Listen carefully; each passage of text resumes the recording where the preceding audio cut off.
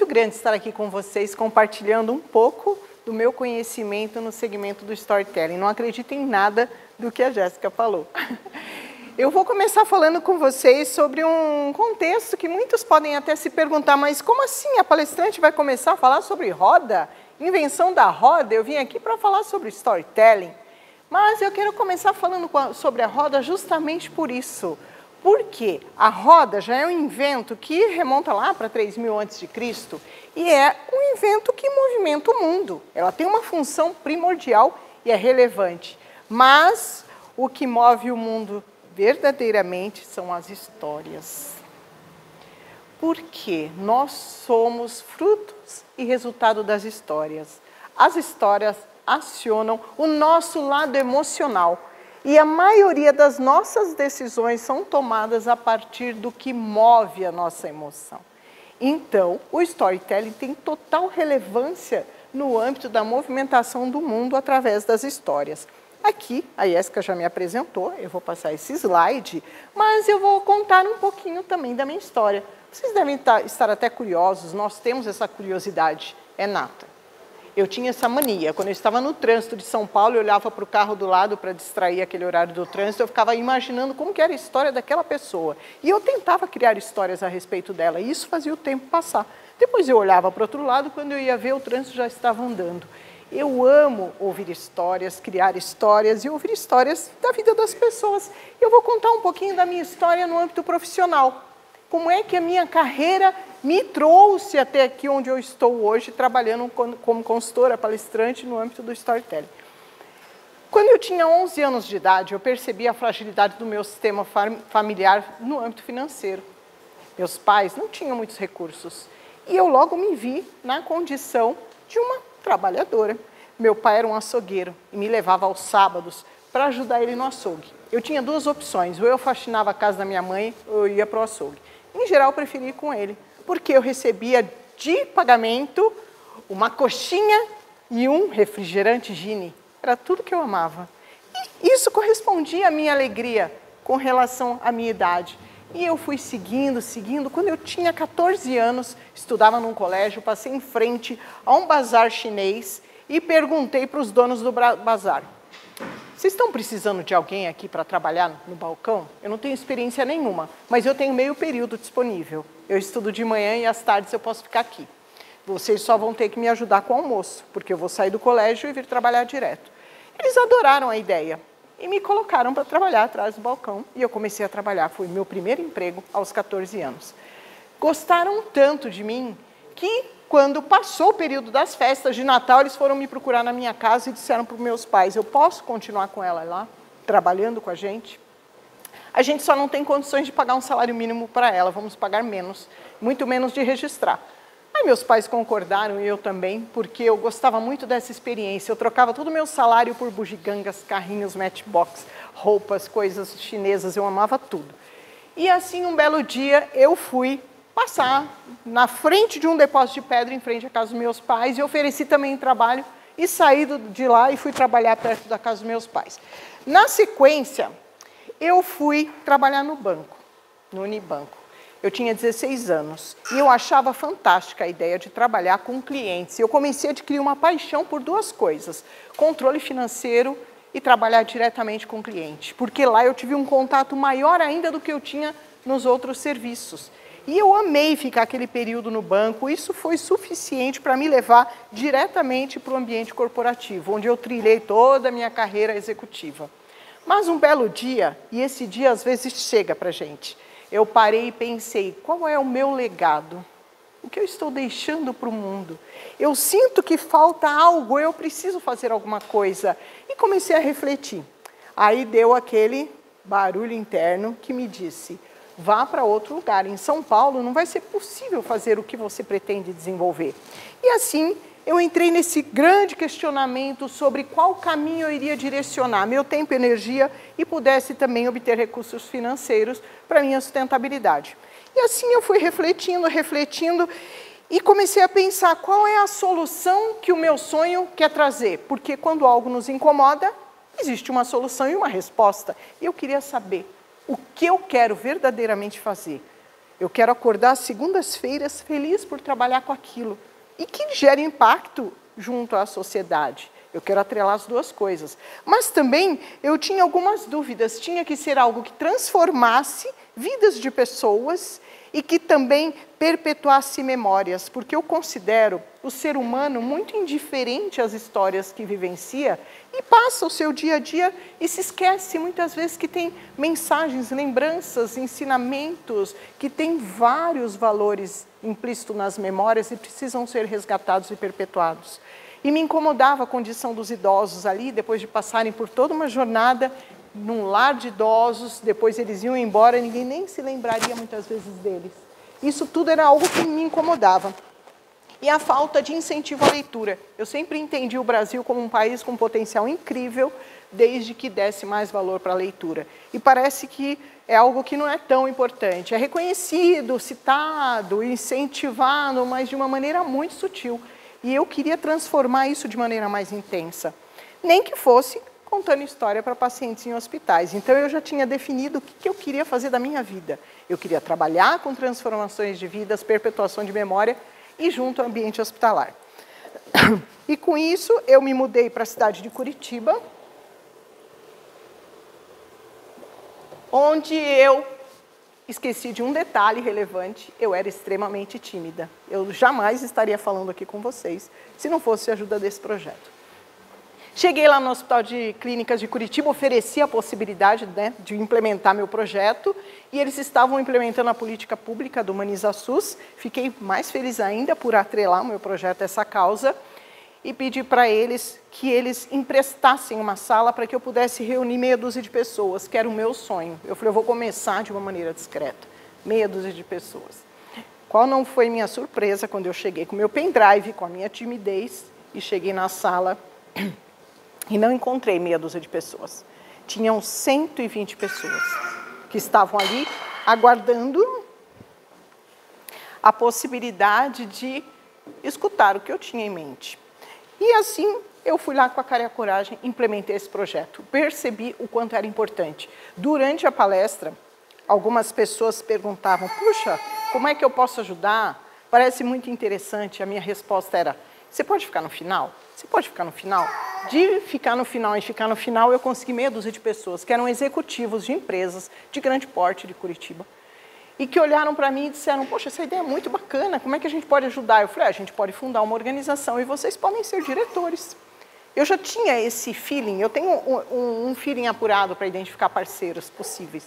E eu identifiquei isso neles. Eles foram para casa, conversaram com suas esposas, seus maridos e deram um retorno que eles topavam. Abriram a agenda, logo de cara eu consegui agências enormes que vinham ajudar a gente na construção da nossa marca, site, tudo que a gente precisa para o projeto acontecer. Então, a minha ideia de empreendedora no âmbito privado tinha se transformado para empreendedora no terceiro setor. Eu estava muito motivada, tanto que já ganhamos várias premiações. E eu falo isso com muita humildade no coração, porque eu levei sustos quando eu recebi respostas de que eu tinha sido escolhida, selecionada.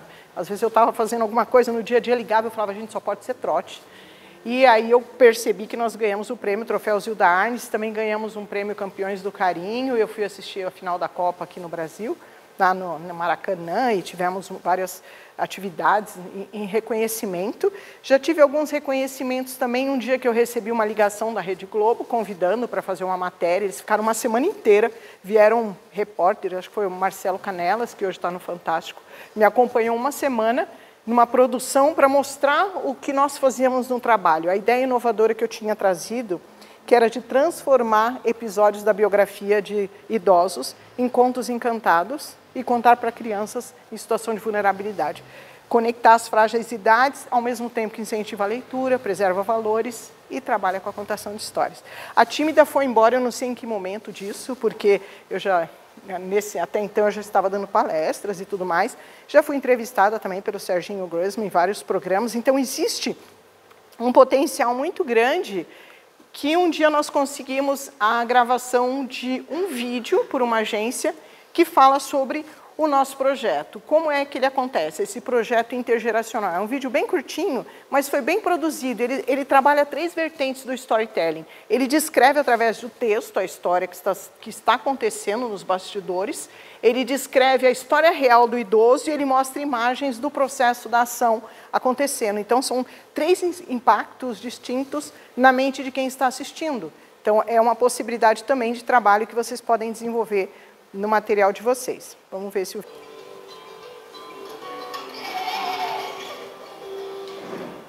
Eu sou Henrique, tenho 78 anos.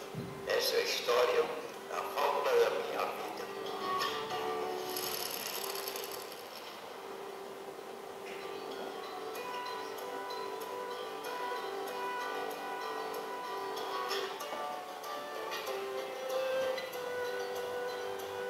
Era uma vez o reino encantado do tempo.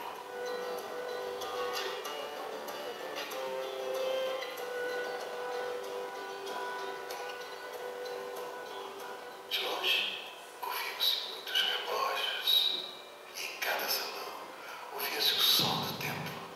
No salão principal morava Henrique, o relógio de mãos frias e coração quente. Sua mãe, a grande rainha, adorava contar histórias de amor.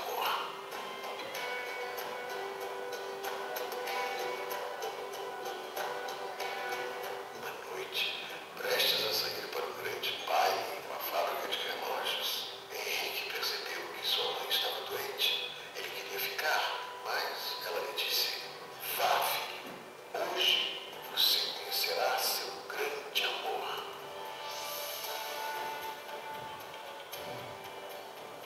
Encorajado pela mãe, Henrique foi ao baile. Ele conheceu um belo relógio chamado Elizabeth. Foi amor à primeira vista.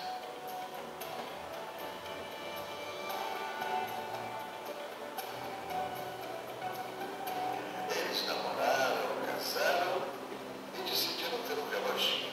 Escolheram para ele o nome de Henrique Tadeu.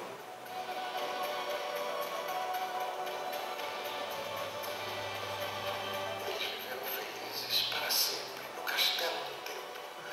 Até que um dia a vida mudou.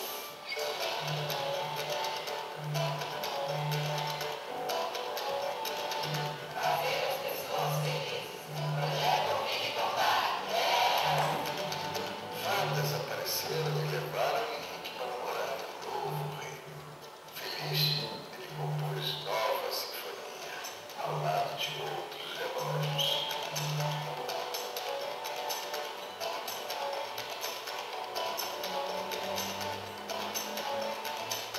Valor ao pouco do seu tempo.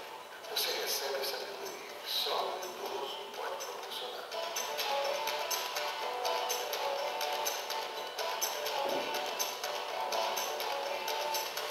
Essa foi uma homenagem da Big Frau ao Dia Internacional do Idoso.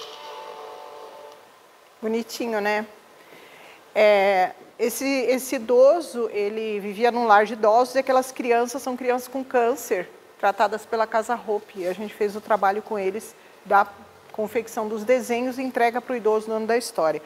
E esse projeto, ele justamente trouxe um impulso profissional para mim, tanto que eu dou treinamentos no Brasil inteiro, já fomos para 7 estados, levar isso dentro dos programas de voluntariado corporativo. Então, acabou impulsionando a minha carreira e eu passei a me dedicar exclusivamente para essa proposta de trabalho. Hoje, a minha empresa patrocina o Instituto História Viva, que vive, né, na sustentabilidade que eu trago para a nossa causa através da minha empresa. Então, eu encontrei, naquele ponto de interrogação, o que eu buscava, que é poder atrelar minha missão de vida a um projeto social e também trazer impacto, né, para a minha vida e para a sociedade.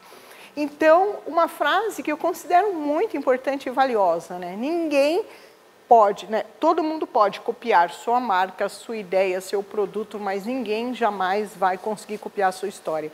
A nossa história é a nossa digital. ela pertence a nós, é única, não existe uma história diferente. Assim como a história de vocês, dentro da proposta de vocês de empreendedorismo, ela tem uma marca própria, ela tem uma marca única, atrelada à sua história de vida, atrelada à vida das pessoas, que são os consumidores dos seus produtos e serviços, e ela traz um impacto significativo justamente quando há um olhar para essa história, quando se valoriza essa história, quando atrela as campanhas de marketing das empresas. Isso já é reconhecido e falado no mercado, né? No ambiente corporativo, todas as empresas já têm consciência da importância de usar a transmídia, transmitindo esse mesmo material que conversa dentro da sua proposta de trabalho, dentro do seu plano de negócio. Então, no mundo corporativo, esse storytelling ele se refere à prática de desenvolver uma narrativa em torno de um produto ou serviço na intenção de agregar mais valor a ele e à marca. Então, você tanto pode construir uma história em torno do serviço, como construir uma história em torno do fundador ou qualquer indivíduo que inspirou a criação do seu produto e serviço. Você precisa ter isso muito claro. Quando nós não temos essa clareza, o que acontece? Em geral, a gente atira para todos os lados e atinge vários pontos tentando acertar o alvo. E isso não é uma proposta boa. A proposta ideal é você identificar qual é a história que vai atingir e falar mais alto com o meu público, que eu posso trazer como narrativa principal e trazer essa digital para a minha empresa, essa definição. E a qualquer momento pode acontecer isso. A sua empresa pode ter muitos anos no mercado. E você pode um dia parar e falar, eu estou contando a história verdadeiramente dessa empresa? Existe uma alma por trás disso? Existe uma história que toca a emoção? E é a melhor maneira que nós temos para poder alavancar os negócios. Como é que nós conseguimos perceber quando a Apple lança um iPhone modelo novo, faz aquela fila enorme de pessoas, porque eles encontraram a linguagem ideal para falar para o público, você é uma pessoa conectada, inovadora, você conquista sempre no primeiro lugar. Isso é um dos pontos muito fortes. Em geral, a gente quer ser o primeiro sim. Não adianta dizer que não. Nós queremos sempre estar em destaque, inovador. Hoje é muito usado também nas redes sociais, quando alguém quer lançar algum produto, vai lá e fala, o primeiro lote, vocês são os primeiros a saberem.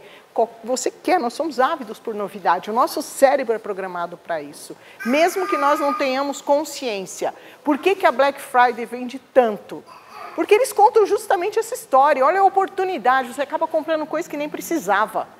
Você vai lá e de repente fala, não penso em trocar minha geladeira, mas quem sabe, agora chegou o momento. Porque você achou que aquilo é uma grande oportunidade que você não pode perder. É a maneira como eles conversam, com esse nosso impulso de agirmos conforme a nossa emoção. E isso também diz respeito aos nossos produtos e serviços. Então, nós temos como objetivo principal do storytelling o despertar da emoção. O nome emoção já vem do próprio, né, já tem uma origem no próprio movere, que é o que é? Movimentar. Não adianta a gente pensar em emoção se não houver movimento. A emoção impulsiona o movimento interno. Ou a pessoa simplesmente se emociona, identifica, como muitos de vocês viram um videozinho da historinha lá do idoso, alguns até já visitaram internamente a ideia e a possibilidade de colocar um sonho também em prática, porque houve uma movimentação emocional, ou alguém já se viu nessa situação, já teve um familiar com câncer, ou um idoso na família que sente que precisa perpetuar a memória. De alguma forma, tudo que nos move é conectado com a nossa emoção. E nós precisamos ter isso de uma maneira muito fácil, muito definida, para que a gente possa ter, a partir da consciência, promover as mudanças necessárias. Quando nós não tomamos consciência, a gente não muda. Então, tem problemas que muitas vezes a gente vai patinando, situações do nosso negócio que não saem do lugar, parece que não alavanca, chega num ponto, estabiliza no platô. Por quê? Porque você não está identificando a mudança necessária que precisa fazer, não quer reconhecer isso. Talvez até já saiba, mas não quer reconhecer isso. E falar, não, acho que tá bom assim. Até preparando esse material, aprimorando para vocês, eu refleti muito sobre o meu negócio também, muitas coisas. Eu falei, poxa, Roseli, eu achava que há 18 anos você estava no caminho certo, podemos refinar mais ainda isso. E é muito bom isso, faça sempre essa visita interna, né? Então, nós temos, que procurar identificar qual é a dor do nosso cliente e como que eu vou conseguir resolver.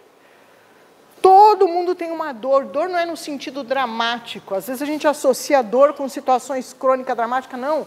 Dor pode ser o simples fato de você não conseguir parar seu carro, de você não conseguir identificar que tipo de negócio que você quer montar ou que tipo de produto você quer consumir. Existem muitas dores. Identificando essa dor, atrelando e casando ela com a sua história, ele concorda. Ele, né? Concorda com a gente. E é por isso que existe muita insegurança em torno de qual a melhor história a contar. De todos vocês que estão aqui, todos sabem qual seria a melhor história a contar se você fosse fazer hoje um plano de marketing da sua empresa? Todo mundo sabe? Levanta a mão, quem sabe. Qual é a melhor história a contar? Ou teve um insight agora, conforme eu falei. Então, justamente, é um desafio muito grande. A gente identificar e falar, essa é a história, esse é o caminho que eu vou seguir, esse é o plano que eu vou traçar. É um desafio muito grande, porque nós estamos envolvidos também com essa história, ao mesmo tempo que nós tentamos traçar. Existe outro fator também, as experiências frustradas. Fui por aqui, me dei bem, fui por ali, me dei mal. Na dúvida, dei uma encerrada nesse assunto e vou seguir, né, os protocolos e, principalmente, buscar atender as demandas da urgência, quando nós poderíamos parar tudo. Parar tudo, uma manhã, pegar uma manhã, toda segunda-feira de manhã eu vou parar e refletir sobre o meu negócio. Seria o ideal. Ia potencializar muito mais retorno financeiro do que nós acharmos que ficar diante dele, apagando os incêndios e fazendo as ações, seria o melhor. Isso é tudo para despertar consciências que eu estou trazendo para vocês. Então, qual o caminho seguir? Né? Diante de tudo isso que eu falei, tá bom, Roseli, existe uma dor, existe uma necessidade de reflexão, existe uma necessidade de rever meu negócio. Você tem uma dica para a gente? Eu espero que vocês tenham vindo até aqui para escutar essa dica. Até agora eu não vi ninguém fazer isso. É ou não é? Espero que sim. Então, qual que é o passo a passo? Se eu pudesse mostrar para vocês um caminho, uma sugestão, mera sugestão de passo a passo. A gente está cansado de receita, né? Mas se eu pudesse sugerir para vocês um passo a passo.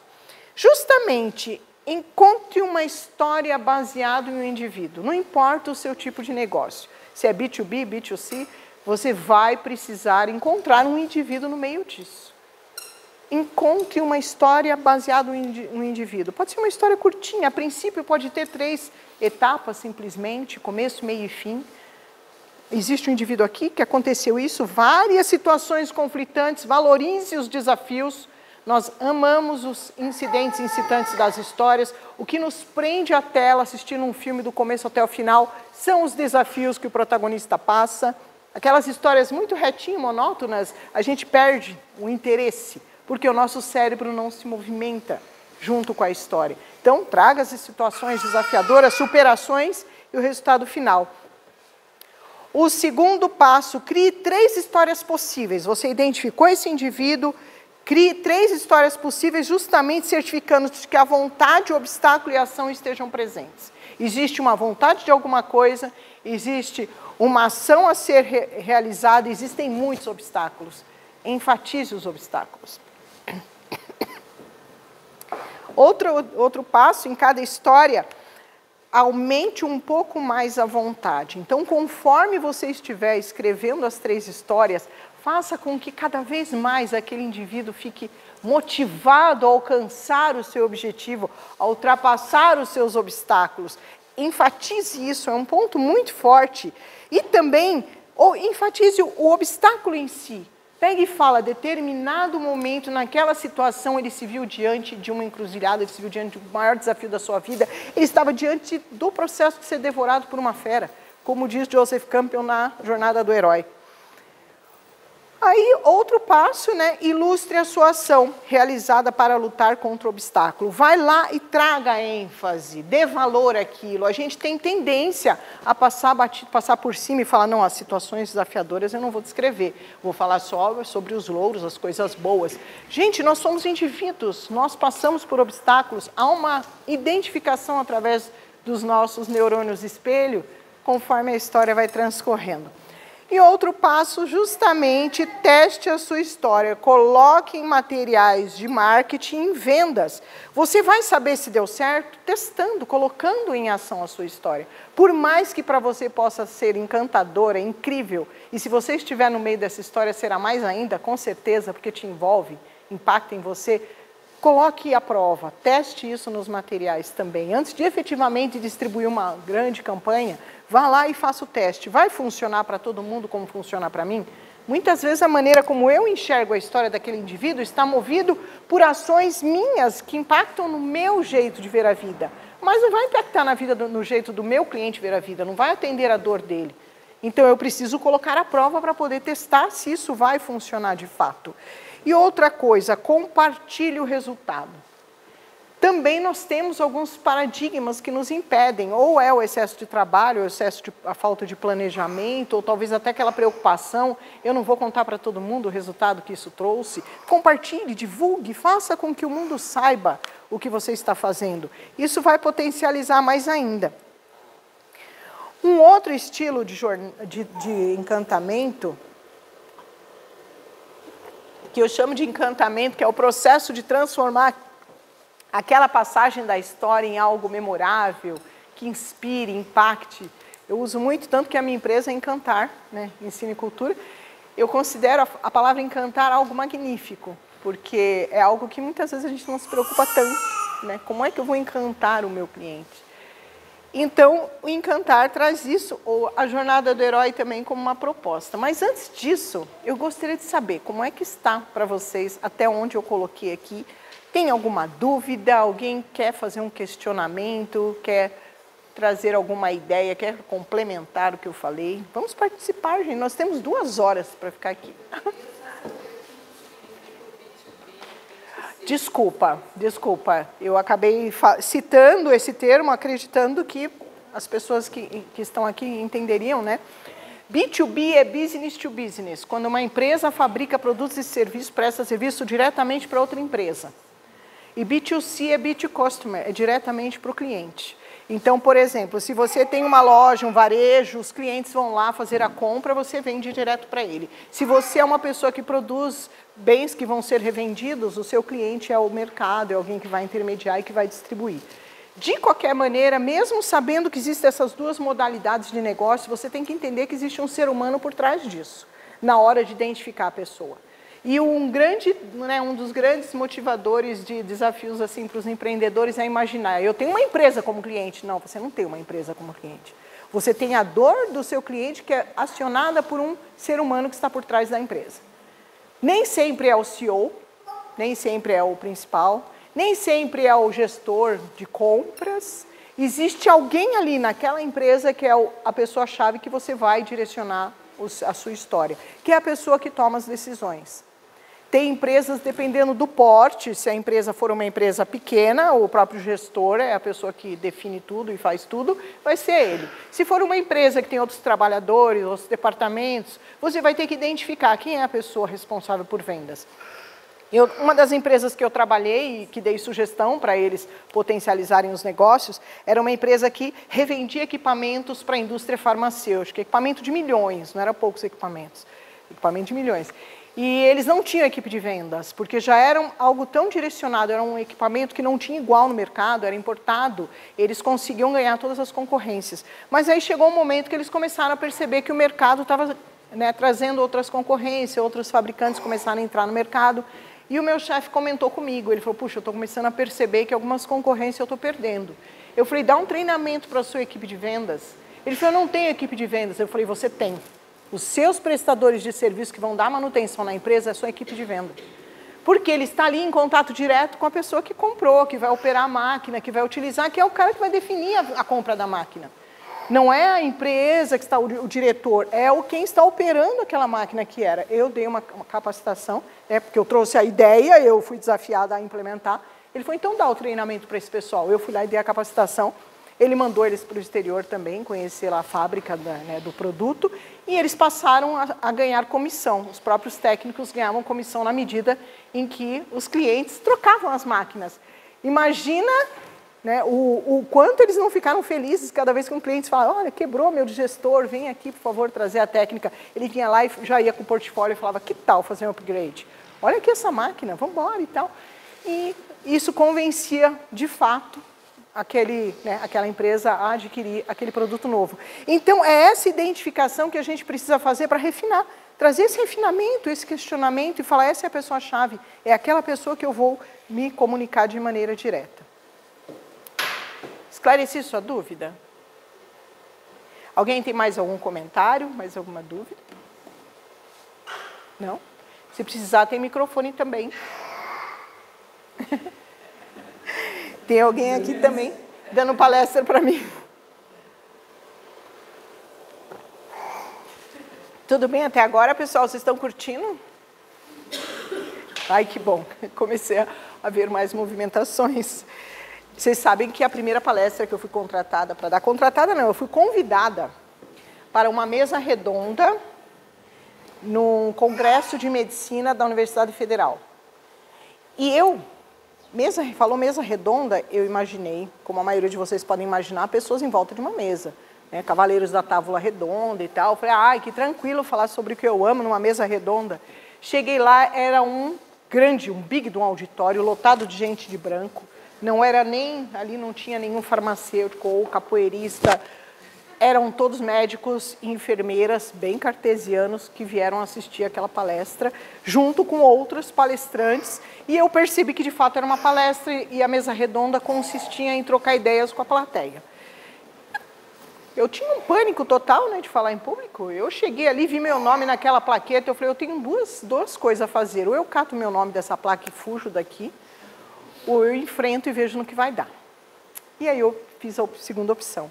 Eu perguntei para o rapaz que estava no palco, como é que eu faço? Eu não trouxe nenhuma apresentação. Ele falou, eu vou colocar seu telefone ali, fica lá o teu telefone, seu contato, e você tem 20 minutos para falar com eles. Aí eu comecei a fazer uma nota mental, eu falei, bom, eu vou contar minha história, falar sobre o impacto, que na verdade o tema daquela apresentação era o impacto como coadjuvante no processo de cura dos pacientes. Eu falei, eu vou trazer isso, né, alguns números, dados, e vou enrolar a plateia. Só que aquele monte de pessoas ali sentadas, e eu comecei a falar, tinha hora, gente, que eles olhavam assim para baixo, alguém olhava para o relógio, eu falava, acabou, né? A gente parece que vai... Só que na minha frente tinha uma freirinha, assim, ela tinha um manto, assim, ela estava com manto, não sei como é que chama aquela roupa deles, o uniforme, o hábito, né?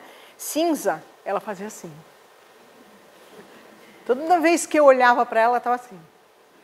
Ela virou meu ponto de sustentação. Então eu dava palestra para todo mundo, toda vez que eu olhava para ela estava fazendo isso. Gente, é uma força muito grande. Hoje eu não dependo, né? Eu estou só trazendo esse feedback para vocês, que muitas vezes vocês percebem que é parte da linguagem não verbal. Quando você for atender o seu cliente, você não vai ter o filtro do celular para poder melhorar suas fotos, você não vai ter como editar depois, e do jeito que você estiver se apresentando, é assim que vai ser. E uma maneira que você tem de promover uma beleza facial é sorrindo. É trazendo uma expressão facial de leveza. É trazendo aquela conexão com o outro, com o lado humano que tem dentro de cada um de nós. Então é muito bom vocês usarem essa possibilidade de levarem junto com vocês, quando forem apresentar uma proposta. Eu não sei se vocês já leram aquele livro, Como Encantar Alguém em 90 Segundos. Que nós temos... Já leu? Bem bacana, né? Nós temos 90 segundos para uma pessoa tomar a decisão se ela quer continuar escutando a gente ou não. Vocês já chegaram a pensar no quanto isso é impactante? 90 segundos. E o próprio escritor do livro conseguiu um emprego numa empresa trazendo essa... E é uma dica de storytelling também. Ele imprimiu várias cédulas de dinheiro, colocou num saco de lixo, entrou lá na sala de entrevista, virou aquelas cédulas no chão, apontou e falou assim, sei lá, 5 milhões de dólares. É quanto a sua empresa vai lucrar com a minha contratação. Você quer me escutar os motivos porque eu tenho essa afirmação a trazer? Quem que vai recusar isso? Claro, sente-se. Parte do processo de decisão da contratação já foi definida ali. Eu já passei por uma entrevista de emprego também que eu perguntei, depois que eu fui contratada, eu falei, o que definiu a minha contratação? Ele falou que você entrou na sala. Eu já passei um scanner, pela sua postura, pelo seu jeito de ser, eu já fiz uma leitura que você era uma colaboradora de acordo com o que nós tínhamos aqui de intenção na empresa. Então, não subestimem a possibilidade de atender por telefone, atender pessoalmente, dar um feedback de uma maneira expressiva, mostrando um sorriso e uma satisfação por estar ali. Mesmo que você não esteja num dia muito bom, faça o exercício que a Unicud deu para a gente. 2 minutos antes da sua apresentação, faça pose de vitorioso. Eu sou o máximo, eu sou a melhor pessoa. Eu vou entrar ali, a Tisa está rindo. A Tisa é psicóloga, me corrige se eu estiver errada, Tisa. A linguagem, né? A nossa linguagem verbal impacta também na linguagem corporal. Assim como o contrário. Então, isso é muito importante, isso também conta a minha história, conta a história do seu produto. Quem é que está vendendo um produto, serviço, se não está satisfeito da vida, como é que quer me convencer de que é bom? Se não faz bem nem para você. Então, isso não valida. Então, busque sempre trazer essa expressão. E é algo de consciência, gente. Assim como respirar, sorrir, às vezes a gente precisa lembrar também. Porque se deixasse, se a gente não tivesse o pulmão para respirar, imagina, todo mundo já estava roxinho aqui. Então, a gente tem que ter consciência da importância de trazer essa linguagem para o nosso corpo. A jornada do herói fala essencialmente sobre algo que é inerente à condição humana. É um reflexo, é um modelo organizador que nós espelhamos na nossa vida. Vocês enfrentam jornadas todos os dias. Como o ciclo da jornada do herói, vocês querem voltar para o seu lugar comum, seja a sua casa, seja a sua empresa, seja o conforto que você traz na sua vida. Existe uma referência de mundo comum. A jornada do herói fala essencialmente sobre isso, esse ciclo. Lá, assim como os ponteiros de um relógio, ela se inicia aqui no mundo comum. O mundo comum, o que é? É aquele lugar de conforto, é onde a gente sente a vontade. E, às vezes, a vontade até demais. Se deixasse num dia frio, acho que ninguém sairia da cama, ninguém sairia de casa, ia ficar lá, né, no conforto do lar. Mas um chamado sempre nos impulsiona para sairmos do lugar comum, que seria o chamado aventura dentro do modelo, né, de Joseph Campbell e Christopher Vogler, que é um consultor para os filmes de Hollywood. Esse chamado aventura pode produzir um medo interno. Eu acredito que 90% das pessoas que deixaram de empreender pararam na recusa ao chamado. Eu não vou montar minha empresa, não vai dar certo, já quebrei uma vez, já vi gente quebrar, eu acho que não vai dar, isso não é para mim. E recusa ao chamado, no âmbito da fundação de uma empresa dentro dessa jornada. Se vocês perceberem, existem micro-jornadas dentro da maior jornada nossa que ela envolve desde a primeira vez que a gente fez até a última vez que a gente vai fazer. É uma jornada única. A recusa ao chamado, encontro com o mentor. O que seria esse mentor se, na verdade, ele representa uma figura mítica que pode ser até o seu próprio coração, a sua intuição, alguém que você consultou de fato, fez lá procurou um mentor que fosse um direcionador, um coaching da sua carreira, do seu negócio. Alguém vai direcionar ou alguma força interna ou outras forças externas para quem acredita nelas. Existe um impulsionador que faz com que você enfrente os limiares. O que é o limiar? É a saída desse plano daqui para cá. Então, para eu montar uma empresa, eu vou ter que ir lá constituir legalmente, eu vou trabalhar informalmente, vou decidir. Qualquer um dos dois caminhos vão impactar em algumas situações. Depois eu vou pensar, eu vou aumentar a minha equipe, eu vou manter a minha equipe como está, é outra decisão. E cada um desses limiares existem guardiões. Guardiões pode ser a falta do recurso, pode ser a falta do tempo, pode ser a falta de preparo, pode ser insegurança. E você trilha a sua jornada passando por tudo. O ventre da baleia é uma analogia à viagem dentro da baleia lá da história bíblica, onde ele passa por uma situação desafiadora porque está no ventre da fera. Existe coisa mais desafiadora do que você chegar numa situação na empresa e falar, o caixa não vai fechar, e agora? Atrasou a entrega, o que eu faço? São situações conflitantes, mas tudo passa. Tudo, exatamente tudo. Tanto os tempos de muita glória, como os tempos de muita dor, tudo passa porque a vida impulsiona para frente. Os maiores medos. Fala, puxa vida, eu torci tanto por uma reunião com esse cliente, mas estou morrendo de medo. Eu não sei se vai dar certo. Eu não sei se é hoje. Vai lá, de novo para a insegurança. Isso é normal, gente. Não é motivo para pegar um chicote e falar, acabou. Não. Eu estou vivenciando esse desafio da jornada. E eu vou enfrentar da maneira que eu decidi enfrentar. Porque quem responde por isso sou eu e eu vou fazer do melhor jeito. Aí você vai para a aprovação suprema. Sabe aqueles filmes de Hollywood, o Vingador do Futuro, o Exterminador do Futuro, que você fala, acabou, morreu, o herói morreu. Todos os filmes que dão estouro de bilheteria trazem esse conceito da jornada do herói.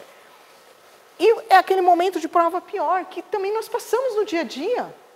Às vezes a aprovação suprema é enfrentar um desafio depois de sair de uma palestra, é enfrentar um trânsito, é enfrentar a situação de chegar em casa e ver a casa virada do ponto de cabeça, morrendo de sono, ter que fazer janta, cuidar das coisas, ou qualquer situação que implique num grande desafio, mas existe recompensa. Toda jornada traz o impacto de uma recompensa. Alguns reconhecem, outros não. Tem pessoas que vivem a maldição na escuridão. Reclama dos clientes, o número de clientes. Ah, mas eu só tenho 5 clientes. Que bom que eu tenho 5 clientes. Ah, mas eu só tenho 1 milhão na minha conta. Que bom que eu tenho 1 milhão na minha conta. Todas essas comemorações impulsionam de uma maneira subliminar a nossa conquista das nossas recompensas. Tudo é movido, às vezes, por uma pessoa, por um grupo de pessoas. Ah, é por um grupo de pessoas, vamos trabalhar a motivação, vamos mover todo mundo. Senão a gente não sai do lugar. O caminho de volta é desafiador, claro. As forças que eu provoquei, aqui é a entrada no mundo especial. As forças que eu provoquei para entrar no mundo especial vão me perseguir de volta. Eu fui lá e fiz uma jogada ousada, investi recurso nas matérias-primas para poder aumentar meu estoque, ou eu fiz uma campanha de marketing incrível, converti lá um material que eu tinha, que estava na minha campanha para outro caminho, contratei uma pessoa especialista em marketing, mas eu tenho um caminho de volta, eu tenho os recursos para pagar, eu tenho as coisas para fazer, mas eu vou encontrar a ressurreição. A ressurreição, o que é dentro da jornada do herói? É o momento em que você fala, eu sou outra pessoa. Não tem dia que vocês acordam com um barulho desse, que vocês olham no espelho e falam, gente, não é a mesma pessoa que está pensando aqui dentro. Não é que você está ficando maluco, você evoluiu, avançou, mudou de fase do jogo e foi para frente. A ressurreição são os novos valores, nova maneira de enxergar a vida, novos significados. O retorno com o Elixir é tudo que nós trazemos de volta, porque a vida é uma relação de troca. Talvez tem pessoas que não reconheçam, por exemplo, um trabalho voluntário. Tem pessoas que falam, não, mas trabalho social é para você esconder, não pode contar para ninguém, que uma mão direita não sabe o que a esquerda fez. Gente, isso diz respeito a ego.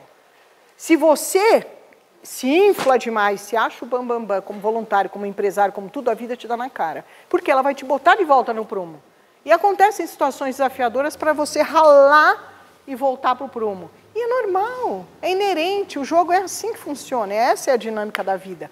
Para você voltar para o mundo comum no nível acima.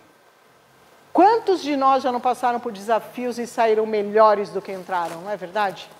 Depois que passa, você olha para trás e fala, eu não queria passar de novo, mas que eu cresci com isso, eu cresci. Pode ser a situação pior, que vocês considerem pior. O segredo da mente milionária, o escritor quebrou umas 3, 4 vezes. Quando ele voltou para a casa dos pais, ele falou, de novo eu estou aqui, quebrei de novo. E aí, quando entrou uma pessoa que era um top, um líder, um empresário que veio visitar o seu pai, chegou na porta, foi dar a mão para ele e falou, de novo aqui? Ele falou, é a última vez que alguém me fala isso. E tomou uma decisão. E o cara virou um milionário porque ele tomou a decisão. Então, quando a gente decide no mundo comum encontrar um novo caminho, uma nova jornada, nós nos impulsionamos avante da jornada. Basta uma simples decisão, gente. A decisão é o primeiro movimento que a gente faz para atingir o nosso objetivo. Não podemos esquecer que isso não é uma fórmula mágica. É uma das formas de trabalhar o storytelling. Na construção da história, usar um roteiro ou da jornada do herói ou daqueles 6 passos. Depois, com o andar da carruagem, vocês já vão começar a identificar o melhor roteiro que vocês podem trazer com o seu próprio estilo. Mas comece você mesmo, traga as ideias para a mesa, mesmo que você vá contratar um profissional para conduzir. E outro ponto que é importante a gente perceber é justamente isso que eu falei para vocês do nível acima. O herói sempre cresce e se transforma. Existe alguém ali trilhando uma jornada. E aqui, embora tenha um desenho de uma criança vestida de super-herói, o termo herói não subentende somente aquele salvador cheio de poderes. O herói é o personagem principal da nossa história. É aquele indivíduo, no começo que eu falei para vocês identificarem, que vocês vão construir a história em torno dele. Ou então, em torno de um serviço ou de uma causa. Sempre existe uma história sendo contada num processo de decisão. Aqui tem alguns detalhes do estágio da jornada do herói.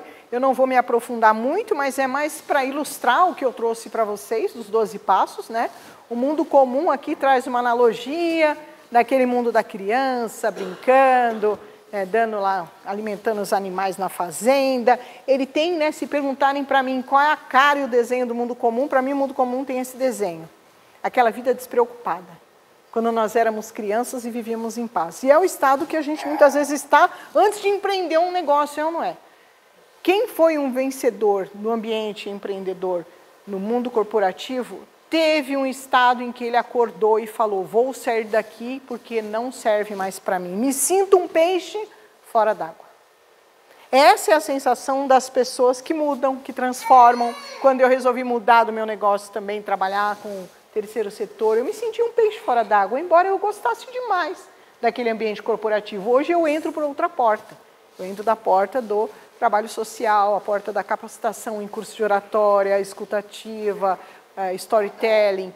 E isso é muito bom para a gente, quando a gente percebe que o impulso para uma causa impactou também e reverberou e respinga agora na minha vida. E falar o que a gente faz é muito bom. O mundo está cheio de notícias ruins. Eu tenho certeza, se vocês ligarem a televisão hoje à noite em casa, vocês vão, 99% das notícias que vão ouvir são notícias ruins. Não é porque o mundo está daquele jeito, é porque há uma atração maior das pessoas que dão audiência e das pessoas que querem vender a sensação de situação de emergência e pânico. Mas existe muita beleza por trás do mundo. E você começa a perceber com o passar do tempo. O segundo, que é o chamado aventura, quando o Harry Potter recebe a carta para ir para a escola dos bruxos, quando você recebe uma ligação do cliente que fala, o seu produto vai ser comprado, definimos aqui pela nossa empresa, você fala, quantas vezes eu já não soltei um palavrão quando eu recebi essa informação? Você foi contratada para dar um treinamento para 1000 líderes aqui na empresa. Dá aquele sustinho na gente, sim. Porque se vai, lógico. Existe um movimento grande a acontecer. É muita arrogância da minha parte eu dizer, não, domino tudo.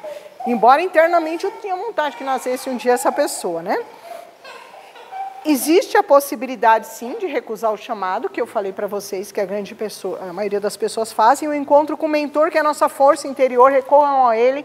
O Eckhart Tolle fala sobre o poder do agora, a importância do estado zero. Zerar sua mente de qualquer preocupação por alguns segundos que seja e ir para dentro de si. A cura mora nesse silêncio. Se você não silenciar sua mente, não vai encontrar nem as histórias ideais para poder impulsionar seu negócio. Então é importante esse momento de encontro consigo. Isso é muito incrível. As travessias dos limiares, gente, os guardiões do limiar, eles estão sempre ali apostos para testar a gente. Toda situação desafiadora quer te impulsionar para frente. Saia um pouco de cena, olha, movimenta as peças e fala, isso eu já entendi. Aí o que acontece não vai mais atrair esse tipo de situação. Não significa que está no estado perfeito. Vão vir outros desafios. Que é assim que a gente avança na nossa jornada.